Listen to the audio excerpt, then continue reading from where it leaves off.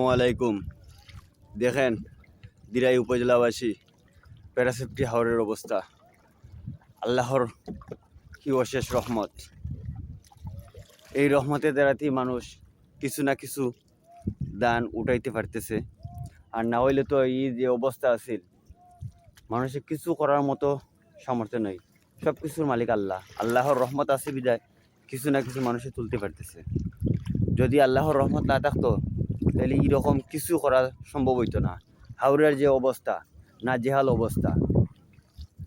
আমাদের এলাকার অনেক অনেক মানুষের কত জমিন জামা পানির নিচে চলে গেছে। এই দেখেন কি অবস্থার উপরে মানুষ আছে, দেখার মতো কোনো কিছু আছে কিনা।